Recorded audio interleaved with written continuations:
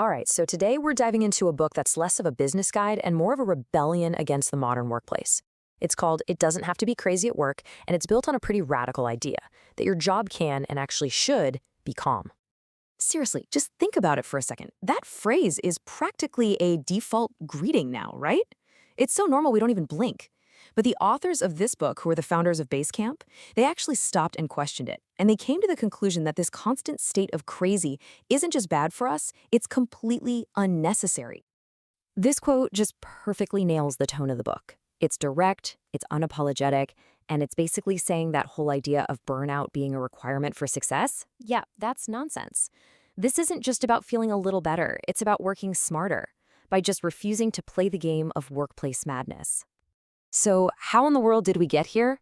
Well, the book kicks things off by diagnosing the illness. The argument is that the modern office, for all its amazing technology, has basically become an interruption factory. It's a place where doing deep, meaningful work is next to impossible. And it really boils down to two main culprits. First, your attention is just shattered. Your day isn't 8 hours of solid work, it's more like 100 tiny little work moments, sliced and diced by meetings, emails, and chat notifications. And second, there's this relentless, unhealthy pressure for growth above all else, which just leads to impossible targets and that constant feeling of being behind. The result? We're all working longer, but we're not actually getting more done. Okay, so if that's the sickness, what's the cure? Well, the book introduces this amazing idea of the calm company. And no, this isn't about being lazy or lacking ambition. It's about making a deliberate, strategic choice to run a business in a way that's sustainable, profitable, and sane. This is really the heart of the whole thing. A calm company isn't slacking off, it's just channeling its ambition in a smarter way. It stays profitable by protecting the most valuable assets its employees have, their time and their attention.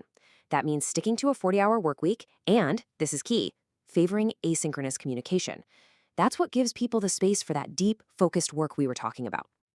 And look, this isn't just some pie-in-the-sky theory. The author's own company, Basecamp, actually lives by these rules. We're talking 32-hour work weeks in the summer, helping pay for their employees' vacations, and giving them month-long sabbaticals. These aren't just fancy perks. They're strategic investments designed to prevent burnout and keep creativity flowing for the long haul. Now, to build a calm company, you first have to tear down some of the most common myths in the business world. And we've got to start with the biggest one of all. The hustle. We've all seen it, right? Those inspirational posts about grinding 24/7. Well, the book argues that this whole hustle mania thing is just toxic. It suggests that real creativity and progress don't come from brute force. I mean, you're way more likely to have that breakthrough idea after a good night's sleep than you are in hour 14 of a marathon workday. This leads to a really powerful shift in mindset. Instead of FOMO, the fear of missing out, that anxiety that keeps you glued to your email, the book introduces JOMO, the joy of missing out. This is the freedom you get when you disconnect from the constant noise, focus on what you're doing, and just trust that if something is truly important, it'll find its way to you.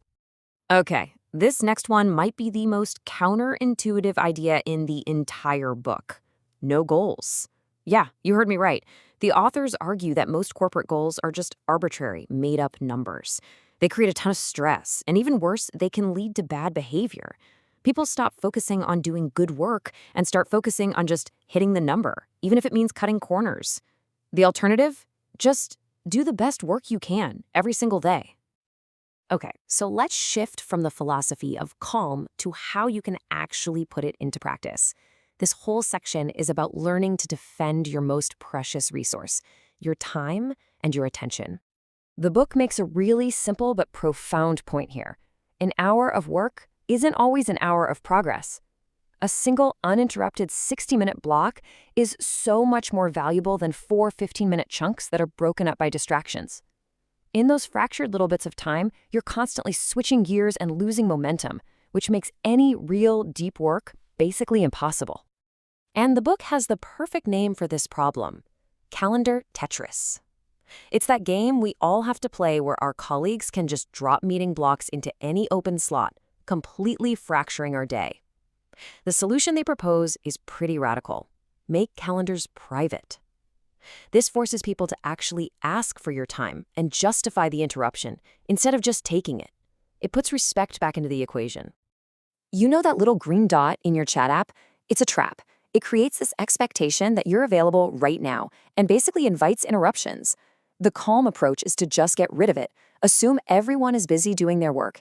If you need something, you ask. And if they don't get back to you right away, it's because they're working, and that's something to be respected.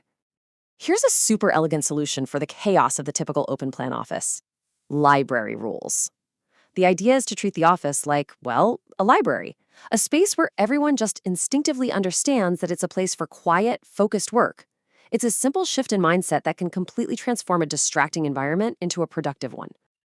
This brings us to a really powerful concept that ties all of these ideas together. It's a total reframing of how we should be thinking about the company itself. So here it is. Your company isn't just the thing that makes the product. Your company is the product. The culture, the processes, the way you all work together, that's the product. And just like any piece of software, it's got bugs, stress points, bad policies, clunky workflows. And just like software, it can and should be constantly improved. So how do you actually do this? Well, the key is to stop thinking of it as some massive overnight revolution. Instead, it's all about iteration. Think of your company culture as version 1.0. Find a bug, let's say too many meetings, and release a patch, like a no meeting Wednesday. See if it works. Then you move on to the next bug. This iterative approach makes creating a calm workplace feel way more manageable and actually achievable. And really, that's the big takeaway. It doesn't have to be crazy at work, and the change can start small. You don't need anyone's permission to propose a fix. So I'll just leave you with this question. If your company is a product, what's one bug you could fix tomorrow?